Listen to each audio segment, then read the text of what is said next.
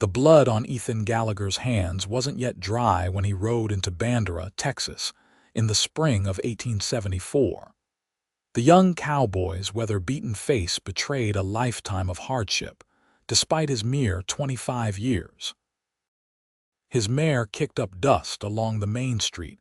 As townsfolk cast wary glances his way, they recognized trouble when they saw it, and Ethan wore it like a second skin. He'd left 3 men dead in the dirt outside Fort Worth 2 days prior, and though they'd drawn first, the weight of their deaths hung heavy on his conscience. The last rays of sunlight stretched across the dusty thoroughfare as Ethan dismounted outside the Bandera Inn, his bones aching for a real bed after nights on hard ground. As he secured his horse to the hitching post, the sound of piano music drifted from the nearby church. Something about the melody, a hymn he vaguely remembered from childhood, made him pause. He hadn't set foot in a house of worship since his mother's funeral 12 years ago, but something, perhaps exhaustion, perhaps something deeper, pulled him toward the whitewashed building. He stood in the doorway, hat in hand, watching as a young woman with honey-brown hair played the upright piano. Her fingers danced across the keys with practiced grace, and when she turned at the sound of his boots on the wooden floor, Ethan felt something shift inside him. Her eyes, the color of summer sage, met his without fear or judgment. "Service isn't until Sunday," she said, her voice as melodic as the hymn she'd been playing. "I ain't here for service, madam," Ethan replied, suddenly aware of his trail-worn appearance and the blood still crusted under his fingernails. "Just heard the music." She nodded, studying him with an intensity that made him want to retreat. "You look like you've traveled far, cowboy." "Far enough. I'm Sarah Zimmerman. My father is the preacher here." She stood, smoothing her simple blue dress. "Ethan Gallagher." He shifted uncomfortably. "I should go." Sarah tilted her head, her gaze dropping to his hands. Ethan instinctively closed them into fists, but not before she'd seen the dried blood. "Those hands have seen trouble," she said simply. Shame washed over him. "Yes, madam." Instead of the revulsion he expected, Sarah's expression softened. "Then wash them in my faith, Mr. Gallagher.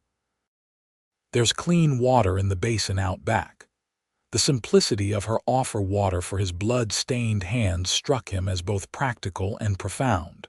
Before he could respond, the church door opened again, and an older man with Sarah's same green eyes entered.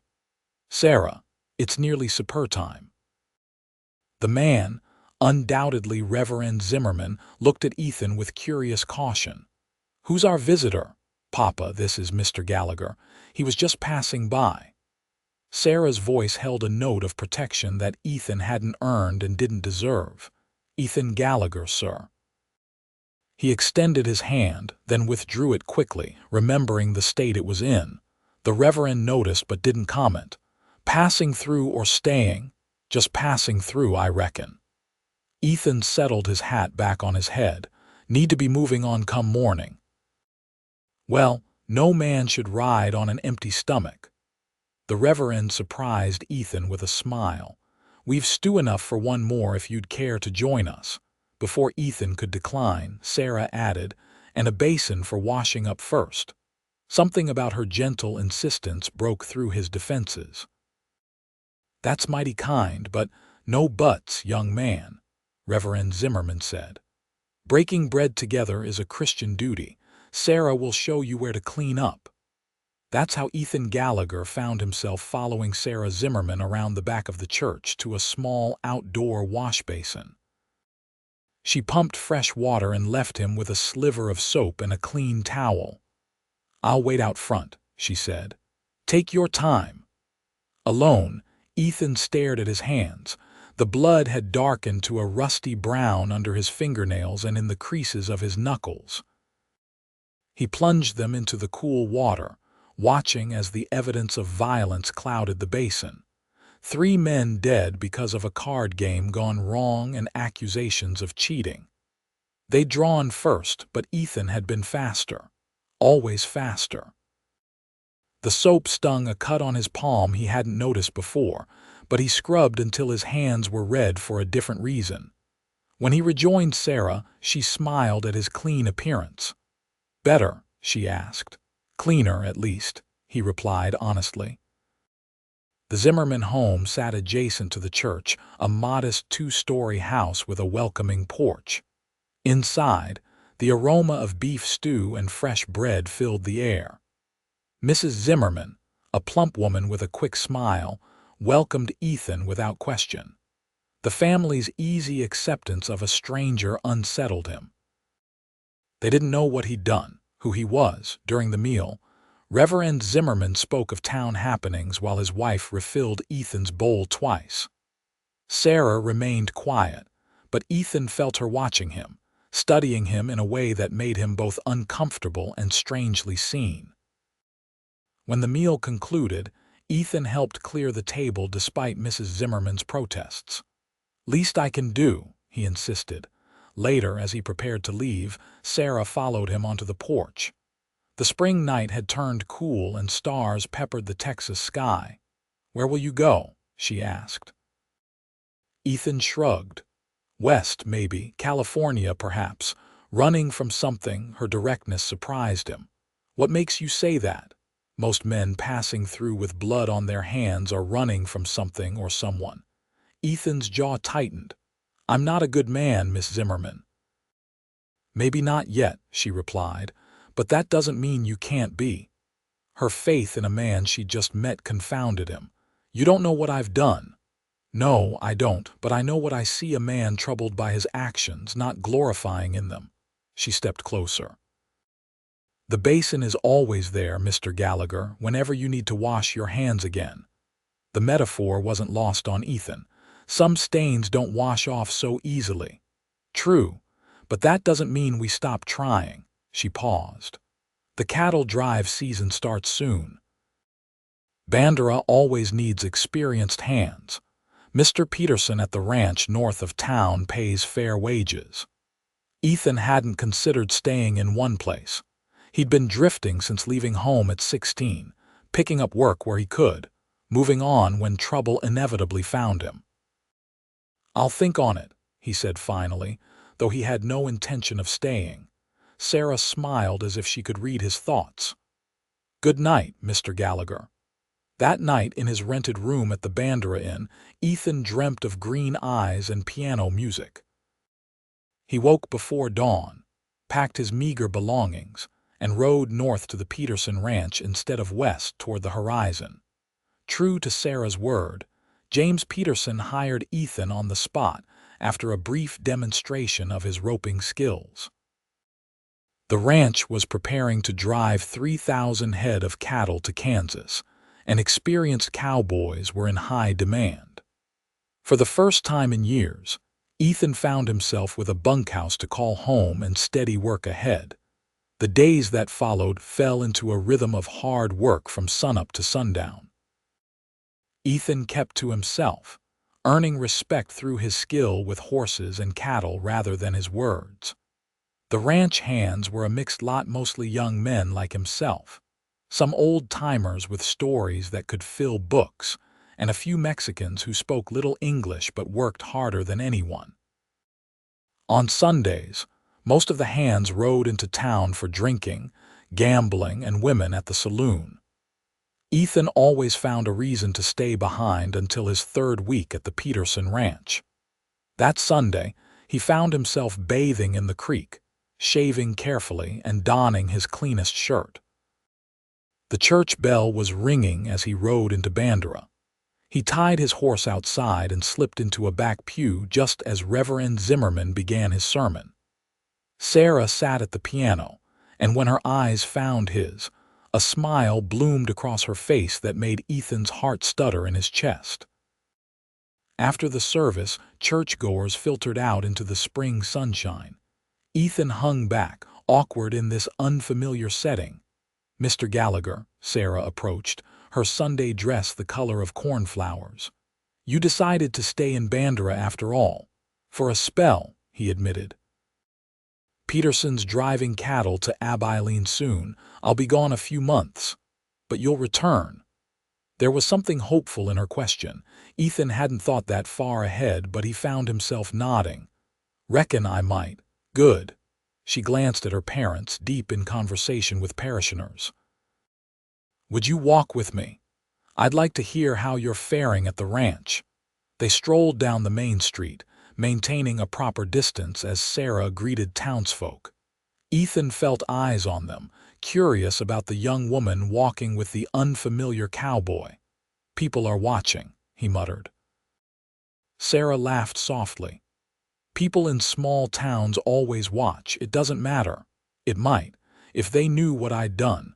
And what exactly have you done, Mr. Gallagher? She interrupted, stopping to face him.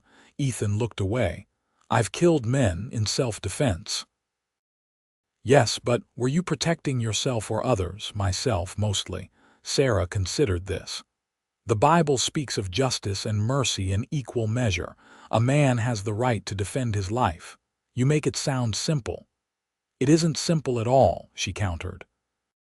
But carrying guilt for defending yourself serves no one, least of all you. As they continued walking, Ethan found himself telling her about Fort Worth, about the card game and the accusations, about drawing his gun only when the first man went for his. He told her about the nightmares that followed, about seeing their faces in the dark. Sarah listened without interruption, her expression compassionate rather than judgmental. When he finished, they had circled back to the church. Thank you for trusting me with your truth, she said quietly. Don't know why I told you all that. Sometimes we need to unburden ourselves to begin healing. She smiled gently. Will you come to dinner again before you leave for the cattle drive? The invitation surprised him.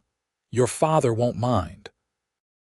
My father believes in second chances more than anyone I know. She paused. Friday evening, Ethan nodded. Friday. The week passed slowly as Ethan anticipated Friday evening. The other ranch hands noticed his distraction and teased him mercilessly when they learned he was having dinner with the preacher's daughter. Better mind your language around that one, Joe Rollins, a seasoned cowboy in his 40s, advised. Reverends' daughters are usually pickier than rattlesnakes about the company they keep. It's just dinner, Ethan protested, though he knew it felt like more. When Friday arrived, Ethan presented himself at the Zimmerman home with his hat in his hands and his hair still damp from washing. Mrs. Zimmerman welcomed him warmly, and the Reverend seemed genuinely pleased to see him again. Sarah wore her hair down, honey brown waves falling past her shoulders. The simple green dress she wore made her eyes seem even more vibrant. Throughout dinner, Ethan found himself drawn into conversation about his childhood in East Texas, his years working cattle drives across the territories, and his skill with horses. Mr. Peterson mentioned you've been working with that wild Mustang no one could break, Reverend Zimmerman remarked. Said you have a way with difficult animals. Some creatures just need patience, not force, Ethan replied. Show 'em respect, they'll return it eventually. A philosophy that applies to more than horses, Sarah commented with a meaningful look. After dinner, Sarah suggested they sit on the porch while her parents cleaned up. The spring evening was perfect warm with a gentle breeze carrying the scent of wildflowers. The drive leaves in 2 days, Ethan said, breaking a comfortable silence. Will you write?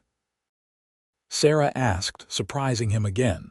I'm not much for letters, but you can write. There was no judgment in her question, just curiosity. My ma taught me before she passed. Been a while, but I can manage. Sarah smiled. Then I'll expect at least one letter telling me you're safe in Kansas. Why do you care if I'm safe or not? The question had been burning in Ethan since their first meeting. Sarah considered her answer carefully. Because I see something in you worth caring about, Ethan Gallagher. Something good trying to find its way to the surface. Her use of his first name sent an unexpected warmth through him. "You have mighty strange vision then, Sarah Zimmerman. Perhaps, or perhaps clearer vision than most." She held his gaze. "Promise you'll write." Unable to deny her, Ethan nodded. "I promise." The cattle drive began at dawn 2 days later. 3,000 head of longhorn cattle stretched across the landscape as 50 cowboys, including Ethan, began the long journey north.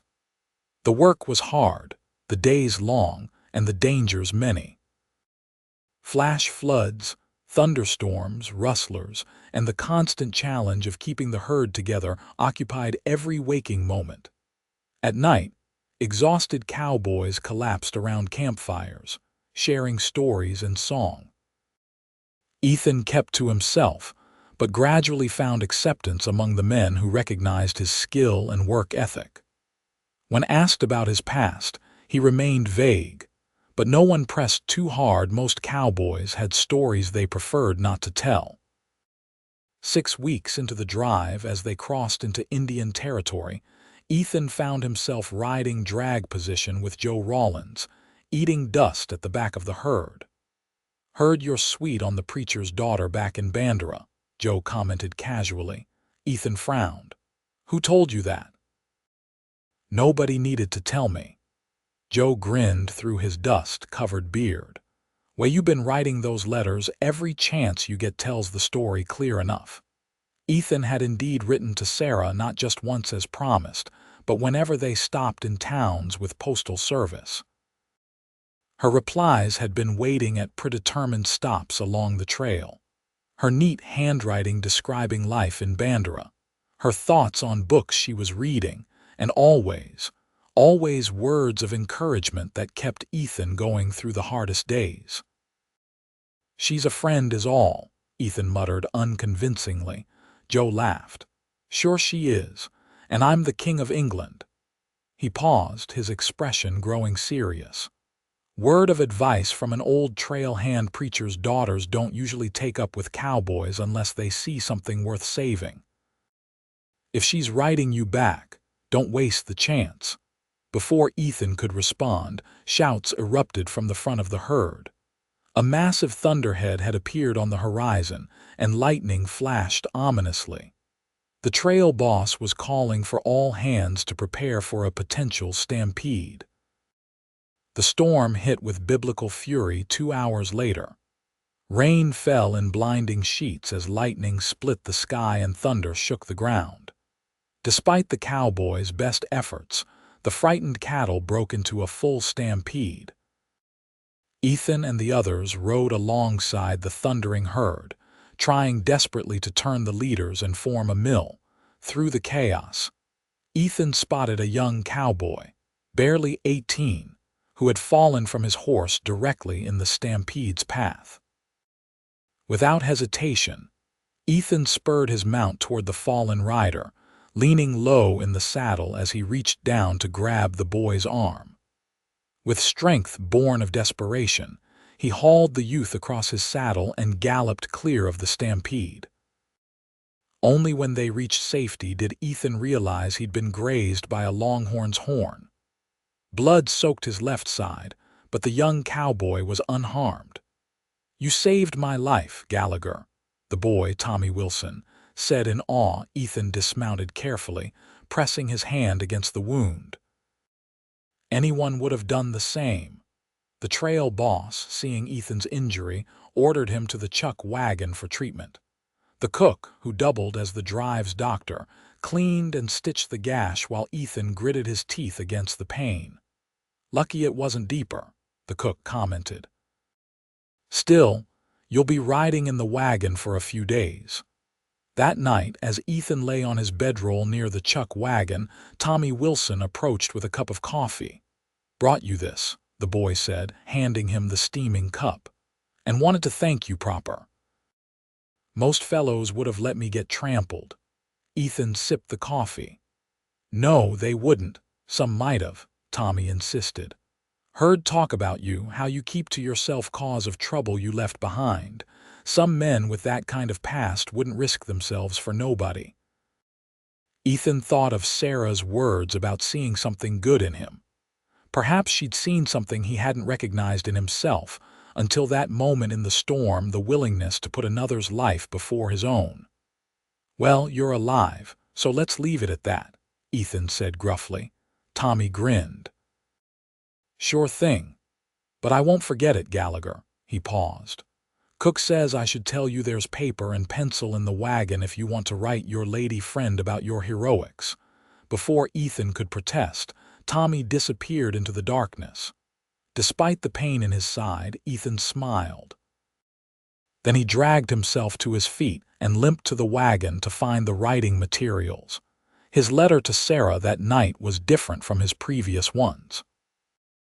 He told her about the stampede and the rescue, not to boast, but because, for the first time, he'd done something he felt might justify her faith in him. He ended the letter with words that surprised even himself. "I find myself thinking of your words about washing my hands in your faith. I reckon I'm beginning to understand what you meant. A man can choose his actions from one moment to the next. Maybe that's all redemption really is, choosing better than you did before. I hope to see your face again when this drive is done. Until then, I remain yours truly, Ethan Gallagher." The remainder of the drive passed without major incident. Ethan's wound healed cleanly, and by the time they reached Abilene, Kansas 2 months after leaving Texas, he was back to full strength. The cattle sold for a good price, and the Cowboys celebrated with their hard-earned wages. While most of his companions spent their money on women and whiskey, Ethan found himself in a mercantile, staring at a simple silver pendant, a small cross on a delicate chain. The shopkeeper watched him with amusement. "For someone special back home?" the older man asked. Ethan nodded. "Yes, sir." "Must be quite a woman to keep a cowboy from the saloons on payday." "She is," Ethan agreed, surprising himself with the certainty in his voice. He purchased the necklace and a small leather-bound journal he thought Sarah might like for her writing. The journey back to Bandera took less time than the drive north. Some cowboys chose to remain in Kansas or seek work elsewhere, but Ethan and about half the original crew returned with the trail boss. James Peterson had promised them work through winter if they wanted it. As they approached Bandera in the golden light of late September, Ethan felt an unfamiliar flutter of nervousness. He'd received no reply to his last letter. There hadn't been time for one to reach him before they left Abilene, and he wondered if Sarah's interest had waned during the long months of his absence. The ranch hands rode into town together, a dust-covered, trail-weary procession that drew attention from the townspeople. Children ran alongside their horses, and storekeepers stepped outside to welcome the returning men. Ethan's eyes scanned the gathered faces, looking for honey-brown hair and green eyes. He didn't see her. Disappointment settled heavy in his chest as they continued toward the Peterson ranch. Perhaps it had been foolish to expect Sarah to be waiting. She had her own life, her duties at the church and home. Still, the absence of her welcoming smile dimmed the joy of his return. At the ranch, Mr. Peterson greeted them with handshakes and the promise of a celebratory dinner the following evening. The men dispersed to the bunkhouse, eager for real beds after months on the trail. Ethan unsaddled his horse and tended to her needs before his own. As he brushed the mare down, he heard footsteps behind him. Turning, he found James Peterson approaching. "Good work on the drive, Gallagher," the rancher said. "Tommy Wilson told me what you did during the stampede." Ethan shrugged. "Anyone would have done the same." "Not anyone. Takes a special kind of courage." Peterson studied him. "I could use a man like you year-round, not just for drives."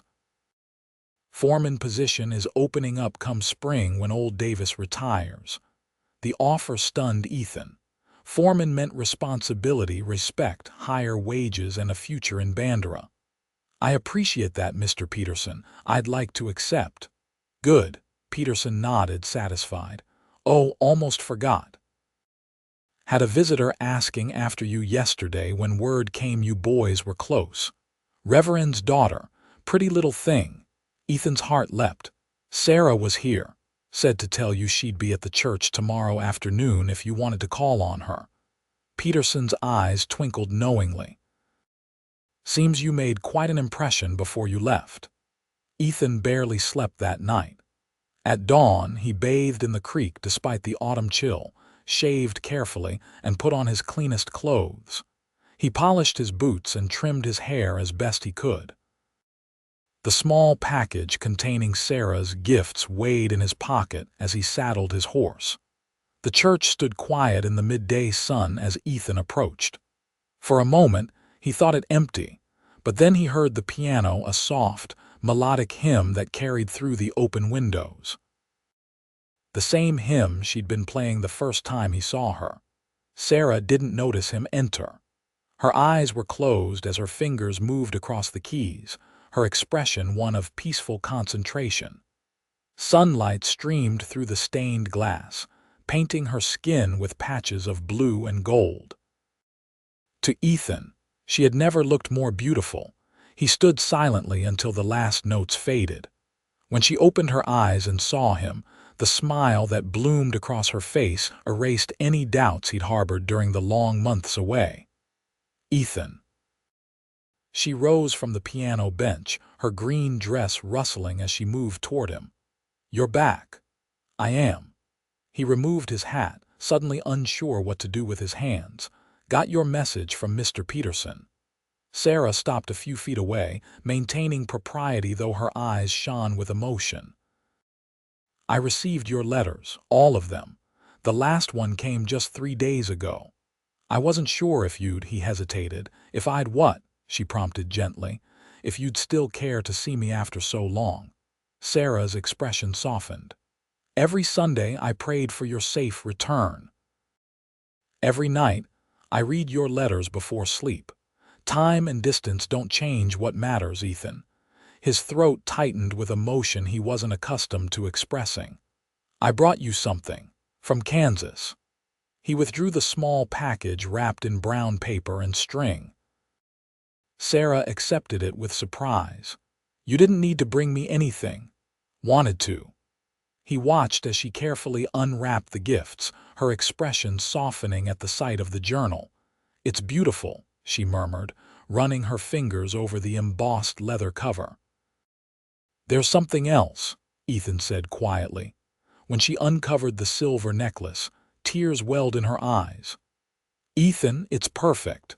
May I? He asked, taking the necklace from her trembling fingers.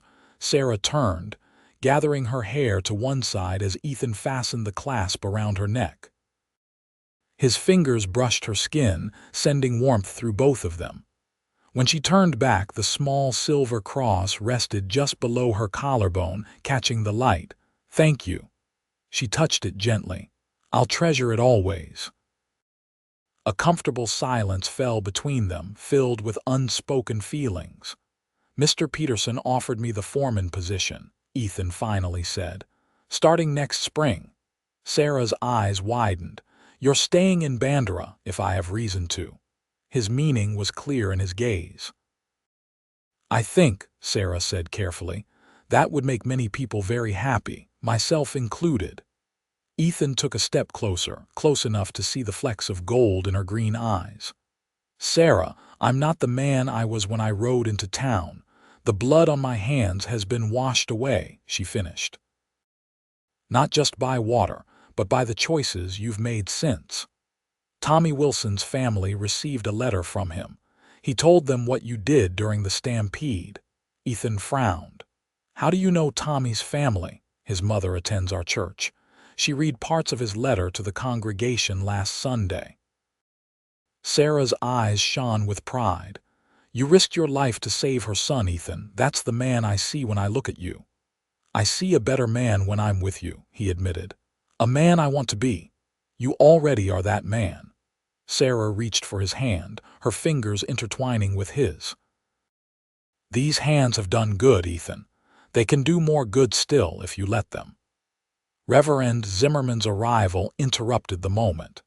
He greeted Ethan warmly, expressing thanks for his safe return and inviting him to Sunday dinner, an invitation Ethan readily accepted. The months that followed established a pattern. Ethan worked at the Peterson Ranch 6 days a week, learning the responsibilities he would assume as foreman. Sundays were reserved for church and dinner with the Zimmermans, followed by walks with Sarah through town or along the river. As winter settled over Bandera, Ethan found himself drawn more deeply into community life. He helped repair the church roof before the first snow, assisted elderly neighbors with firewood, and even volunteered to play Joseph in the Christmas pageant, an experience that terrified him more than facing down armed men, but delighted Sarah beyond measure. Their courtship progressed with proper restraint but undeniable affection. Reverend Zimmerman, observing Ethan's transformation and sincere feelings for his daughter, gave his blessing when Ethan formally asked to court Sarah after Christmas. In February, a late winter storm trapped Ethan at the Zimmerman home overnight. While Reverend and Mrs. Zimmerman retired early, Sarah and Ethan sat before the fireplace, talking late into the night. The intimacy of the moment, not physical but emotional, brought them closer than ever before. "Do you ever think about that first day?" Sarah asked, watching the flames dance in the hearth. "When you came into the church with blood on your hands," Ethan nodded. "Every day. I was running then, had been running for years. And now I'm standing still for the first time in my life." "Found something worth staying for?" His eyes met hers meaningfully. Sarah's cheeks flushed. "I've been thinking about the future, Ethan. So have I." He took her hand, his thumb tracing circles on her palm. "Sarah, I'm not a wealthy man. The foreman position pays well enough, and I've saved most of my wages. Mr. Peterson mentioned there's a small house on the property that comes with the job, nothing fancy, but solid walls and a good roof." Sarah's eyes widened as she realized where his words were leading. "I know I don't deserve someone like you," Ethan continued, his voice low and earnest. "But if you could see your way clear to being my wife, I swear I'd spend every day trying to be worthy of you." Tears glistened in Sarah's eyes. "Ethan Gallagher, I fell in love with you the moment you had the courage to wash your hands and stay for dinner. There's nothing I want more than to be your wife." The snow continued to fall outside as Ethan gathered Sarah into a gentle embrace. Their first kiss, sweet and tender by firelight, sealed promises that neither took lightly.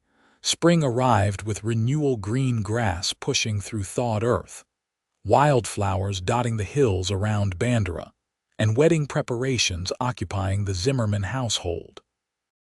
Ethan officially assumed the foreman position at the Peterson Ranch and set to work making the small house habitable for his bride. The wedding took place on the first Saturday in May 1875, just over a year after Ethan had ridden into town with blood on his hands. The church overflowed with townsfolk, ranch hands, and even Tommy Wilson, who had returned to Bandera specifically for the occasion. Sarah, radiant in a gown of ivory lace, wore the silver cross Ethan had given her. Ethan, standing tall in a new suit, barely recognized himself as the troubled drifter who had once avoided all human connection. Reverend Zimmerman performed the ceremony with tears in his eyes, joining his daughter's hand with Ethan's. When he pronounced them husband and wife, the cheers inside the small church rivaled thunder for volume. The celebration continued long into the evening, with music, dancing, and more food than even hungry cowboys could consume.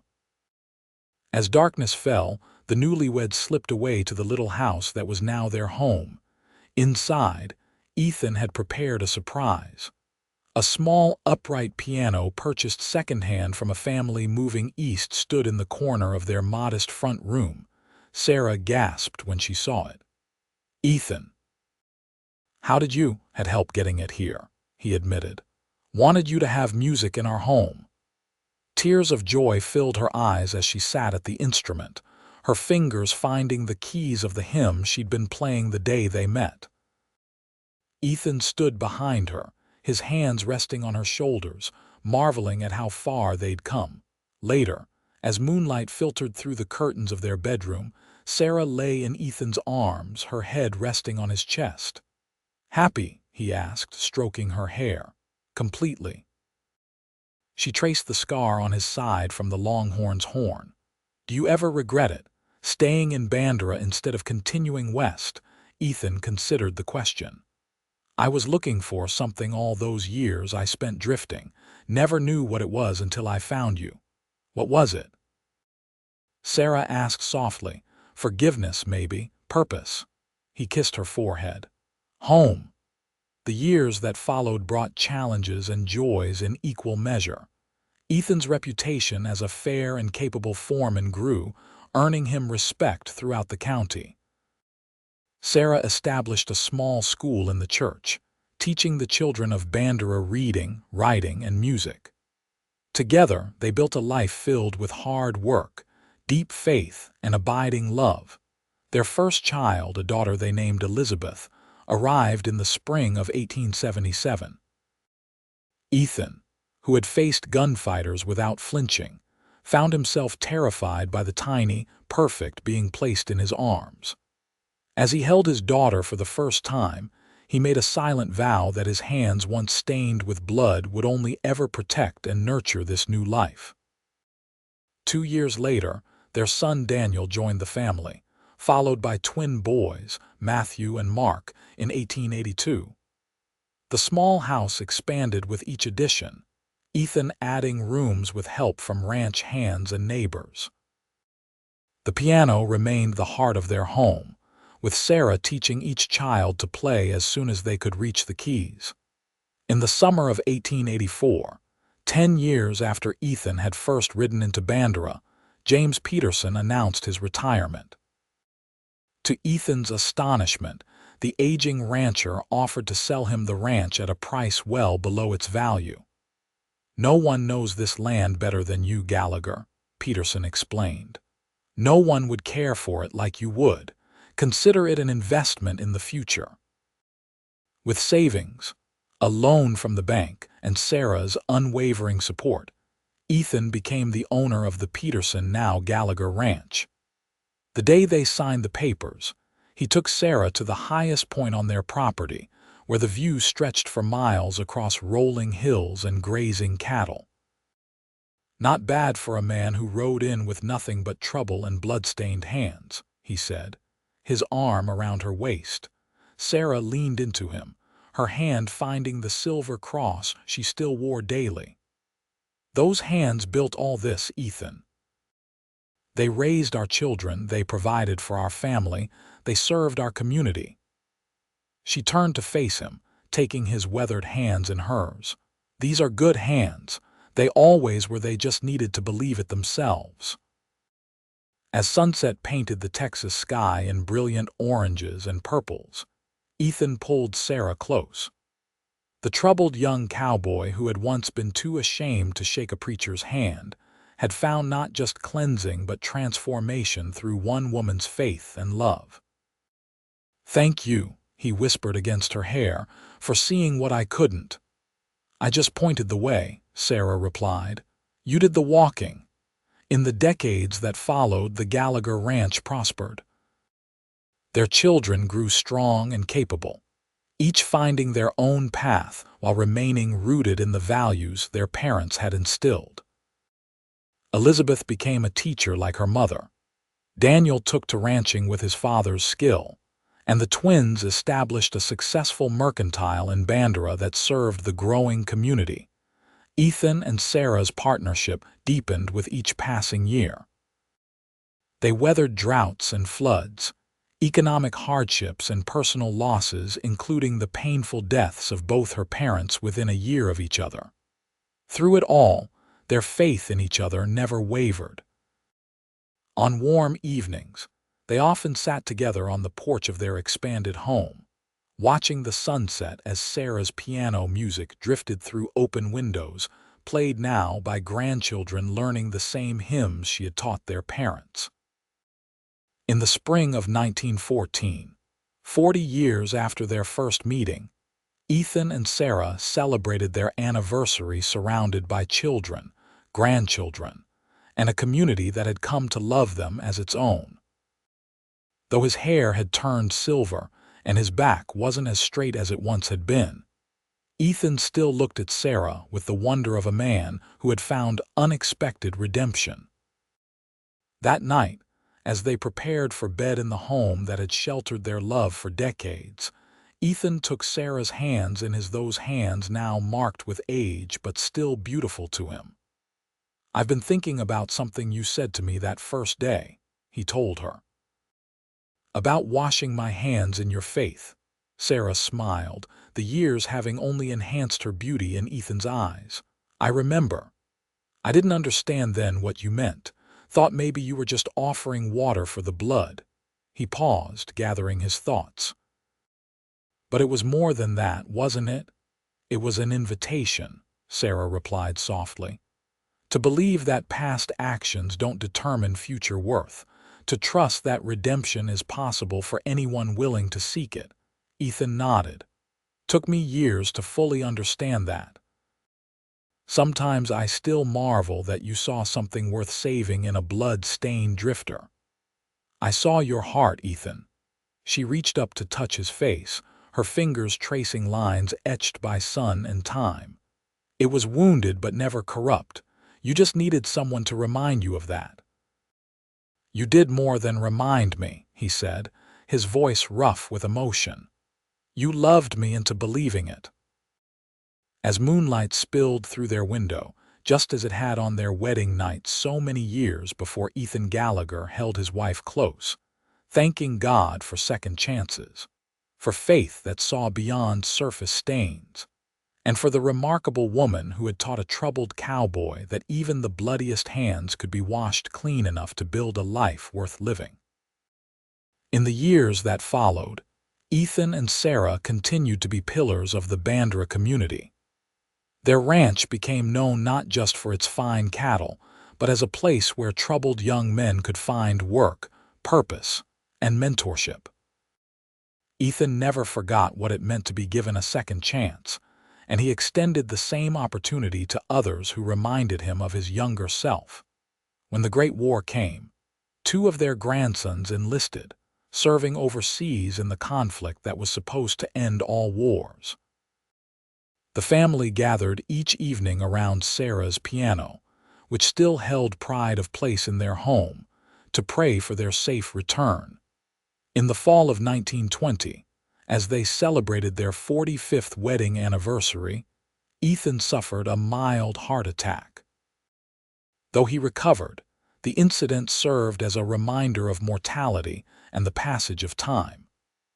Daniel took over more of the daily ranch operations, allowing his father to enjoy his remaining years without the physical demands of ranching.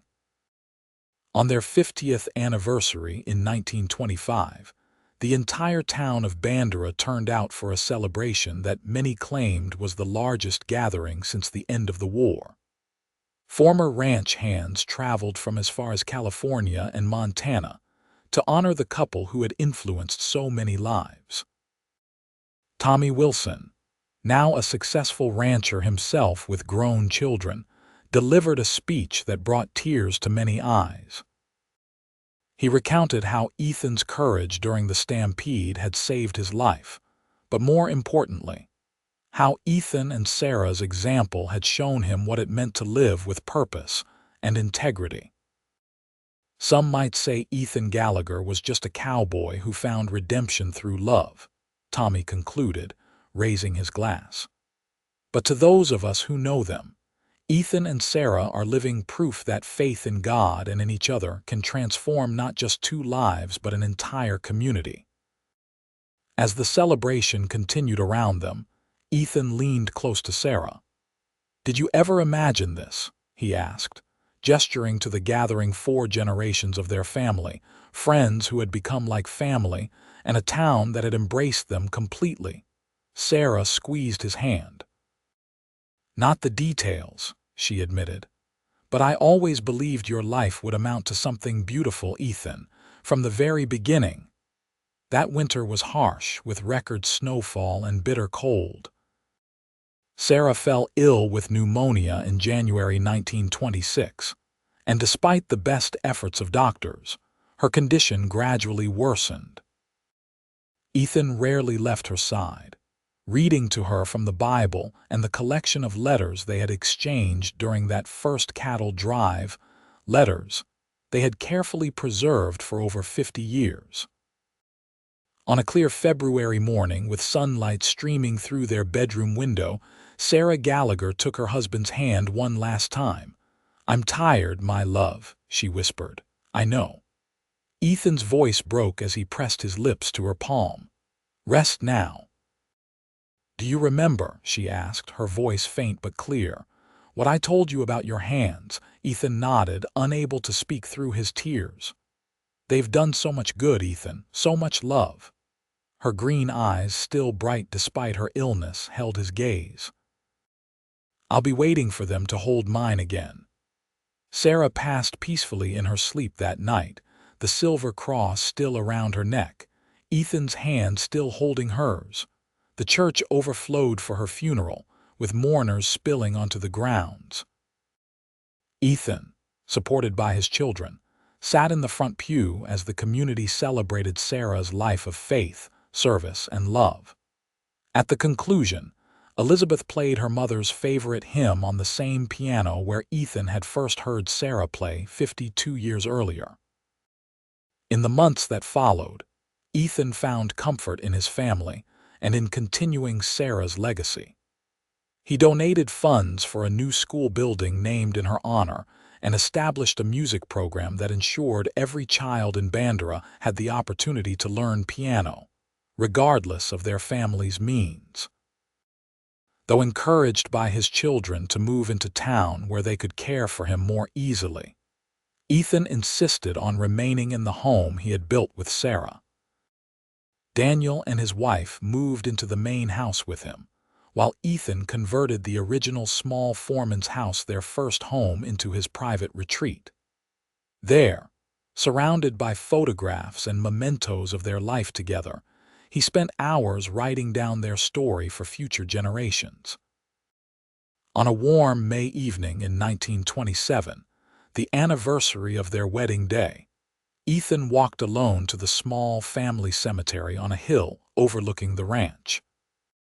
Sarah's grave, marked by a simple headstone bearing the inscription, "Beloved wife, mother, and teacher, her faith washed clean all it touched," was covered with spring wildflowers planted by their grandchildren. Ethan sat beside it as the sun began to set, his weathered hands, once stained with blood, now marked only by age and honest work, resting on the stone. "I miss you every day, Sarah," he said quietly. "But I see you in our children's kindness, in our grandchildren's eyes, in every good thing we built together." He paused, watching as the setting sun painted the hills gold. "You were right about faith washing things clean, right about second chances, right about me." The following morning, Daniel found his father in bed, peaceful in eternal sleep, a faded photograph of Sarah in his hands. Ethan Gallagher was laid to rest beside his beloved wife, the troubled cowboy and the preacher's daughter united again after a brief separation. Their legacy lived on in the ranch that bore their name, in the school where generations of Bandera children learned to read and play music, and in the countless lives touched by their story, a story that began with blood-stained hands and a woman's offer of faith strong enough to wash them clean. Years later, When their great-grandchildren asked about the silver cross that had been passed down through the family, they were told the story of Ethan and Sarah, not a fairy tale, but the true account of a man's redemption through love, faith, and the courage to stop running from his past. And in Bandera, Texas, locals still point out the original Gallagher ranch to visitors, telling them about the legendary cowboy and the preacher's daughter whose love transformed not just two lives, but an entire community, proof that even the bloodiest hands can build a legacy of goodness when washed in the waters of true faith.